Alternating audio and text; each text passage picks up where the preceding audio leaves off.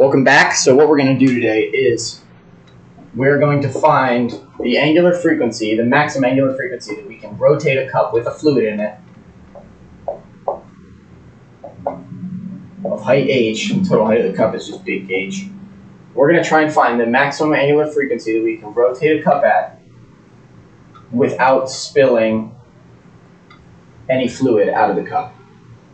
And I'm going to call this depression in the cup D. There's going to be D when we use integrals and things like that, but we will not use this lowercase d in any of those equations. So what we're going to say is that using something that I've mentioned before, we're going to say that a change in pressure in relation to change in position is equal to the density of a fluid times angular frequency squared times a specific radius in the position of that cup. So density times angular frequency squared times a specific radius. So then, if we move this over here, we have that the integral from 0 to the specific pressure we want of a change in pressure is equal to the integral from 0 to a specific radius of the density times angular frequency squared of that radius. So then, we can say that pressure is equal to density of a fluid times angular frequency squared times that specific radius. All we did was complete the integral divided by 2. And we can set that equal to the density of a fluid times acceleration due to gravity times height. So then that means that the densities will cancel out, and we will have that the height of a fluid in the cup that we're using is equal to the angular frequency squared times the radius squared divided by 2 times gravity. So again, the height of a fluid in any position in the cup is equal to the angular frequency squared times the radius squared divided by 2 times gravity. So from there,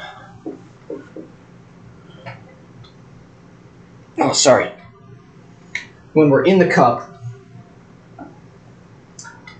we can say that the volume of this is equal to pi times our radius from the center to the wall squared times the dip in the cup. And then using this, we can say that the radius, or the total height of the fluid before it spills out, is equal to a specific position from the center of the cup to the wall minus this depression plus the height of rotating the cup. I'll write that over here again. The total height of fluid before we spill is equal to the radius of from the center to the wall minus the dip plus the height of the fluid due to rotation. So from there, we can say that the volume that we have in the cup, the differential volume, that's the wrong pen, this one down, differential volume is equal to the height of the fluid times, while we're looking down at the cup, we're going to pick just a specific spot in it because it applies to all of the fluid in the cup. But we're going to say that the differential volume is equal to the height times the circumference of this, so 2 pi r, times the dip, or with a change in radius. So then we can say that the integral from 0 to a volume is equal to the integral 2 pi. I'm going to leave the h in because, like we said earlier, we have that this h is equal to that, so we can say that volume is equal to 2 pi times the integral from 0 from the center of the cup to the wall of the cup times angular frequency squared, r squared over 2 times r dr. So we can say that 2 pi angular frequency squared divided by 2 times gravity. Those will cancel. Integral from 0 to r of r cubed